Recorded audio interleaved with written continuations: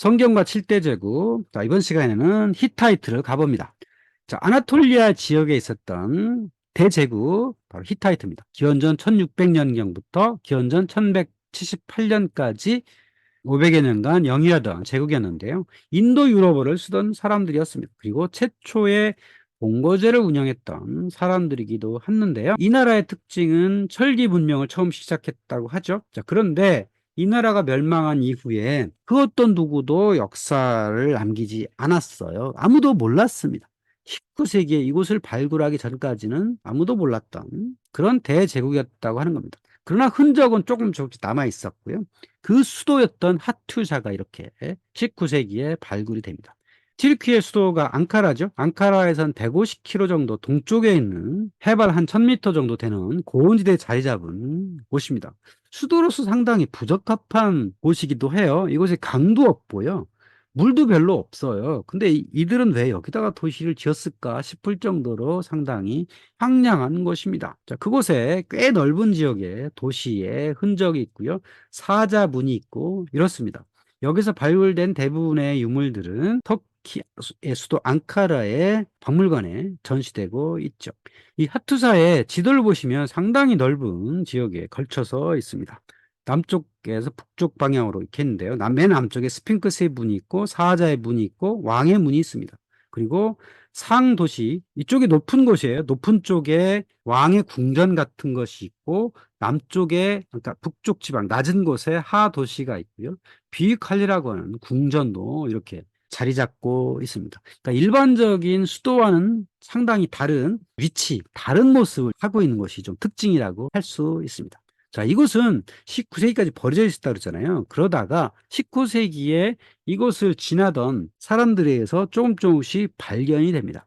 1834년에 프랑스 고고학자 샤를르 데시에가 첫 발견을 했는데 이 당시까지만 해도 이 도시가 무엇이었는지 잘 몰랐어요. 그러다가 프랑스 고고학자 에네르스트 사트르가 첫 발굴을 합니다. 그러면서 이 도시가 어렴풋하게 보여지기 시작하고요. 결과적으로 독일의 후고 빈클러와 테오도르 마크리디가 이곳을 발굴함으로써 이곳이 역사상 대제국을 만들었던 히타이트의 수도였다는 것이 알려지게 됩니다. 자, 이곳에 가면 좀 특이한 게 이런 게 있어요. 성벽에 문이 이렇게 있죠. 거대한 성벽이 있는데요. 문은 요 문은 일반적이죠. 근데 안쪽으로 들어가 보면 이렇게 삼각형 형태로 거대한 돌을 쌓아가지고 이게 있죠. 거대한 돌을 쌓았다는 건 이게 거성문화의 일종이에요. 그러니까 그리스의 미케네에 가면 이렇게 거성문화의 흔적이 있거든요. 사자문도 거기에 동일하고요.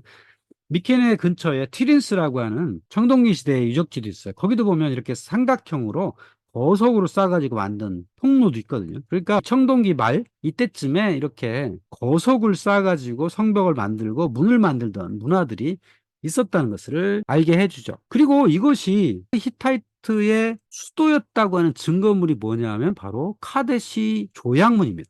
이집트 편에서 카데시 조약에 대해서 설명을 드렸죠. 세계 최초의 평화 조약이었다.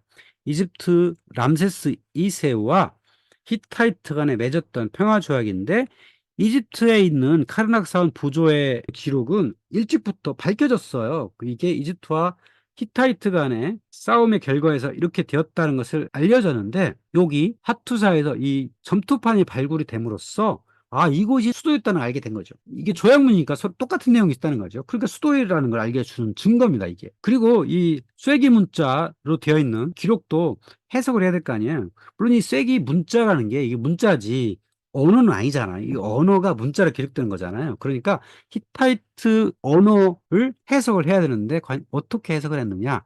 이 쐐기 문자 자체는 아카도로 써 있어요. 그러니까 바빌로니아에서 많이 쓰였던 아카도로 쓰여 있는데 자 이거를 해야 될 거 아니에요. 그랬더니 바빌로니아에서 썼던 성직자의 전통이 그대로 히타이트에도 썼다는 겁니다. 그리고 수메르와 바빌로니아에서 사용되던 그 문자를 히타이트인들은 그대로 썼다는 거죠. 그러니까 히타이트인들은 자신들의 고유 문화는 있었을 텐데 자신들이 점령했던 곳에 더 앞선 것들이 있으면 가져다가 자신들 걸로 만들었어요.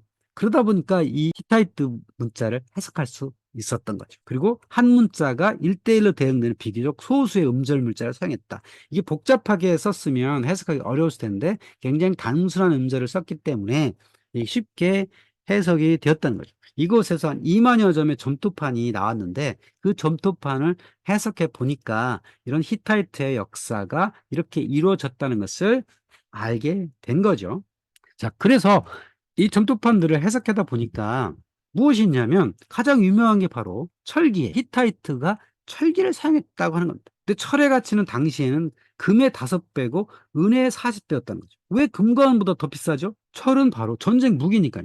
자, 청동기는 굉장히 무르잖아요. 이 무른 걸로 싸움을 하기가 쉽지가 않죠. 그런데 철기로 만약에 무기를 만들면 어떻게 되죠? 천하무적이 되는 거죠. 그래서 히타이트가 철을 최초로 쓴 사람들이다. 이렇게 알려져 있죠. 그리고 히타이트의 강점은 바로 전차였습니다. 유프라테스강 상류 평원 지역에 오늘날 시리아쯤에 세력을 만들었던 미탄니라고 하는 나라가 있었거든요. 그 미탄니에서 최초로 이런 전차를 개발을 했어요. 자, 두 마리 말이 이끄는 그곳에 한 사람은 궁수, 한 사람은 마부죠. 그리고 한 명이 더 서요. 세 명이. 하나는 방패를 든 사람. 뭐 이렇게 해가지고 히타이트는 이 지역의 천하무적의 전차를 활용했었다는 거죠. 이거 중요한 건 또 철금, 철제 기술을 만들었다는 게 중요하죠. 근데 오늘날 연구에 의하면 과연 히타이트가 철기를 자유자재로 썼느냐 그거에 대해서 회의적이긴 합니다. 기록에 의하면 철제를 다뤘다고 하는데 히타이트가 남긴 철제 무기가 별로 없어요. 그러니까 여기 지금 칼이 있긴 한데 이게 히타이트산은 아니에요. 당시를 보면 철을 녹일 수 있는 것까지는 할 수 있었을 텐데 그걸 지속적으로 유지할 수 있는 열을 못 만들었기 때문에 철제 무기를 만들 수 있었느냐 그건 회의적이라는 거죠. 자, 왜 그러냐면 철을 만들려면 1540도까지 올릴 수 있는 제철 기술이 있어야 되거든요. 그러니까 풀무 같은 것이 있어야 되고 그래서 과연 그랬는지가 불분명하다는 거죠. 그리고 그게 증거로서 나오지도 않고 물론 화덕 같은 것들은 발굴이 됐어요. 그래서 아 여기서 철제를 좀 녹였구나. 그러니까 철광석을 좀 녹였구나라는 것들은 알았지만 이것이 제대로 철제 무기로까지 가지는 못했던 거 아니냐라고 하는 게 요즘 나오는 학설이기도 합니다. 히타이트 사람들은 중요한 것은 인도 유로버족입니다. 그러니까 메소포타미아 지역 사람들은 셈족이거든요. 그러니까 아카드라는 것이 세모인데 인도 유로버족은 북방에서 내려온 사람들이거든요. 여기 카자흐 초원, 카자흐스탄에 있는 초원 또는 아랄의 북방에 있는 초원 어딘가에서 출발한 이 인도 유로버족이 기원전 3500년경에 인도 쪽으로 가고 5000년경에는 유럽으로 갑니다. 그래서 게르만족, 켈트족, 알바니안, 그리스족 그리고 한 무리가 아나톨리아로 들어옵니다. 아나톨리아로 맨 먼저 들어왔어요. 그리고 이란 쪽으로 오는 게 인도 유로버족이죠. 그래서 아나톨리아에 살던 이 히타이트족도 인도 유로버족이다. 라는 것이 밝혀지게 된 거죠. 그래서 인도 유로버족의 분포로 보면 이렇습니다. 러시아 지방, 게르만어를 쓰는 영어권, 그다음 라틴어를 쓰는 라틴어권, 그리스어권 이게 다 인도 유로버족이죠. 왜 또 인도냐? 이란, 아프가니스탄, 파키스탄, 인도 북부까지 전부 인도 유로버를 쓰는 사람들이죠. 그러니까 아주 오래된 언어인데 공통점이 많더라. 그래서 이게 인도 유로버족으로 밝혀져 있죠. 유럽 중에서 헝가리, 바스크, 핀란드만 빼고 나머지는 전부 인도 유로버족이 되죠. 그 인도 유로버족을 쓰던 그 히타이트 사람들이 아나톨리아 북방에 자리 잡고 이런 제국을 만들기 시작했다는 거죠. 자, 연구에 의하면 히타이트의 고왕국이 하투실리 1세란 사람부터 만들어지기 시작합니다. 이 지역에 있었던 여러 소왕국들을 통합해서 제국이 만들어지게 되고요. 그 아들 무르실리 1세가 되면 초장거리 원정을 합니다. 이 하투사에서 여기 시리아까지 가려면 꽤 멀잖아요. 그러니까 시리아도 가고 여기 바빌론까지 정벌을 합니다. 그래서 바빌론을 함락시켜요. 그러고 돌아옵니다. 돌아왔더니 처남이 왕위를 차지하고 내분을 일어나게 됩니다. 그래서 히타이트 고왕국이 허무하게 멸망을 해요. 그러니까 히타이트라는 나라는 이렇게 고원지대에 자리 잡고 철기를 가지고 상당히 앞선 전투 기술을 보유한 거죠. 그래서 평원지대에 나가서 전쟁에 승리는 거두지만 이런 나라들의 특징은 국가 관리가 잘 안 된다는 거죠. 그래서 결국은 이 고왕국이 무리한 원정의 결과 멸망을 하게 되고요. 그 사이에 또 중간기가 있고 또 기원전 14세기에 이르르면 수필 룰리우마 1세 시대가 오고요. 다시 이 왕이 아나톨리아를 안정시키고 아시리아 및 바빌론 또 제3왕조 이쪽과 동맹 내지는 협력관계 내지는 봉건, 패권 이런 걸 갖게 되죠. 그러니까 북방인 사람들이 남방을 쳐들어가서 그쪽에 패권을 유지하는 이런 형태를 갖게 되고, 바빌로니아가 고바빌로니아, 중바빌로니아, 신바빌론 이렇게 되거든요. 시대가 바뀌면서 그 중바빌로니아의 왕녀와 결혼했다. 자, 왕녀와 결혼했다는 것은, 여자를 취했다는 것은 히타이트가 위에 있었다는 거거든요. 그렇게 해서 봉건 체제의 중심에 서게 되고, 그 지역에 있었던 미탄이라는 나라를 정벌해가지고 그 오리엔트의 최강자가 됩니다. 자, 미탄이라는 나라가 전차를 처음 개발한 나라니까 이 나라는 정벌하고 시리아 지방까지 세력을 넓혀가지고 봉건 제후 시대를 열게 되는 게 이 신왕국 시대라고 할 수 있습니다. 그때 남긴 조각품이 수필룰리움의 왕의 조각상이 있고요. 저승의 12신, 히타이트의 12신이 있습니다. 그러니까 히타이트의 특징은 북방에 사는 인도 유럽어를 쓰는 목축, 유목을 주로 했던 거친 전사들의 나라, 이렇게 이해할 수가 있죠. 이런 나라들의 특징은 남방의 문화가 앞선 그런 데를 군사력으로 제압을 하면 그 다음에는 이 문화를 그대로 받아들여요. 흡수를 해서 자신들 걸로 만들죠. 후대 로마 제국 그렇게 하죠. 로마 제국이 그리스를 점령한 다음에는 그리스에 있는 신들도 들여오고 언어도 배우고 여러 가지 예술도 가져오고 문화를 흡수하죠. 히타이트도 북방에 있던 거친 곳에 살던 나라가 아시리아와 바빌론과 시리아 지역에 와서 문화를 가져가고 종교를 가져가고 문자도 가져가고 해서 자신들 걸로 만드는 전형적인 북방민족다운 정치를 하게 되죠.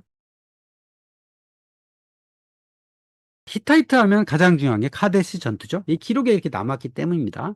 그래서 히타이트가 시리아, 팔레스타인, 메소포타미아 북부를 점령하고 있을 때 이집트 19왕 왕조였던 람세스가 이 카데시라는 곳을 회복하기 위해서 쳐들어온 거예요. 그래서 히타이트 무아탈리 군이 35,000명, 이집트 람세스 군이 2만 명이 요 카데시에서 한번 붙은 거죠. 이집트의 기록에 의하면 람세스가 이겼다고 했지만 실제로는 람세스가 와서 패하고 돌아가죠. 람세스가 죽진 않았지만 히타이트가 카데시를 방어했던 방어승으로 결과가 나게 되고요. 그에 의해서 15년 후에 조약이 맺어진 게 바로 카데시 조약입니다. 그 히타이트의 무아탈리 2세의 아들 무리실라 3세가 이집트 공주와 결혼했다. 이것도 어떤 의미죠? 바로 히타이트가 이집트보다 우위에 서 있었다. 이렇게 알 수가 있죠. 그래서 두 나라 사이에 협정을 맺어가지고 평화를 갖자. 어차피 히타이트도 이집트까지 공격할 능력이 없고 이집트는 더 이상 가봤자 의미가 없고, 그래서 평화협정을 맺고 그 지역에 있는 다른 나라들한테 공표하는 목적으로 협정을 맺은 거죠. 이 전쟁의 승리는 비록 히타이트가 가져갔지만 결과적으로는 이집트의 승리로 이어집니다. 왜냐하면 이집트는 카데시 지역 없어도 상관없거든요. 어차피 이집트는 풍요로운 나일강이 있고 그래서 왕조가 이어지는데, 히타이트는 이 전쟁 이후에 몰락을 하게 돼요. 근데 몰락을 하게 된 여러 가지 이유가 있는데 내분도 있고요. 그 내분이 일어나게 된 결정적인 계기는 이 지역이 그 전에는 상당히 풍요로운 곳이었는데 점차 오늘날처럼 건조한 지역으로 바뀌었다는 거예요. 오늘날 시리아나 이라크 이전 거의 사막지대잖아요. 강들을 빼고는 거의 사람 살기 어려운 사막지대로 변모함으로써 산물이 부족해지는 뭐 이런 곳이 되는 거죠. 기후가 변함으로써 이곳에 살던 사람들의 반발이 일어나게 되고 또 내부 관리가 잘 안 되는 그런 거에서 히타이트는 내분이 일어나게 되고 결국은 이 하투사라는 곳이 수도로서 적합하지가 않죠. 그러니까 어떤 제국을 계속 유지하기에는 너무 안 좋은 입지에 있는 거예요. 그러다 보니까 여기에 외적이 침입한 적 없어요. 불난 적도 없고 흔적이 전혀 없답니다. 근데 어쨌든 이 도시는 버려지게 됩니다. 그래서 이 히타이트에 있던 지도자들이 이 각 지역을 흩어져서 작은 왕국으로 남아있다가 나중에 이 지역을 찾아왔던 이 바다민족이라고 하는 사람들에 의해서 전체가 멸망을 하게 되는 거라고 할 수 있죠. 이게 이집트 편에서도 이 바다민족 얘기를 했었는데요. 기원전 12세기 이때쯤에 북방에서 내려온 사람들이 이 아나톨리아 반도와 레반트, 이집트까지도 큰 힘을 미쳐가지고 여기에 있었던 여러 나라들이 큰 피해를 입는 이게 바다민족의 이동이라고 할 수 있겠습니다. 그러면 이 히타이트와 성서와의 관련, 형성에 남은 히타이트 흔적을 보면 이렇습니다. 사무엘하 11장 2절에 3절까지 이런 말씀이 있습니다. 다윗이 왕국 옥상을 거닐고 있을 때 한 여인이 목욕하는 것을 보았습니다. 다윗은 사람을 보내 그녀에 대해 알아보게 했는데 엘리암의 딸이며 헷 사람 우리아의 아내 바세바입니다. 자, 다윗이 옥상에 갔더니 옆에 건물에 어느 곳에 여인이 목욕을 하더라. 근데 그 여인이 너무 탐이 나서 그 여인을 데려오게 한 거죠. 그랬더니 그 여인은 엘리암의 딸이고 헷 족속 우리아의 아내였다. 근데 밧세바는 해족속이 아니라는 거죠. 우리아가 해족속이라는 거죠. 그 해족속이 바로 히타이트였다는 거죠. 다윗 시대로 하면 기원전 9세기, 10세기쯤이거든요. 그러니까 이때쯤이면 이미 히타이트는 없는 거죠. 이미 멸망해서 없기 때문에 뭐 거기 사람들이 이렇게 흩어져서 이렇게 이동을 하다가 아마도 다윗이 살고 있는 예루살렘 근처에 와서 거기서 장수를 하게 된 거죠. 그래서 그 이후는 다윗이 밧세바를 취하기 위해서 밧세바의 남편 우리아를 전쟁터에 나가서 죽게 만들죠. 그래서 이 밧세바를 취하게 되고, 그리고 밧세바가 아들을 낳는데 그 아들이 누구죠? 솔로몬이죠. 결국 밧세바의 어떤 영향력에 의해서 솔로몬이 다윗의 뒤를 이을 수 있었던 그것까지 연결되는 게 바로 이 장면이라고 할 수가 있겠습니다.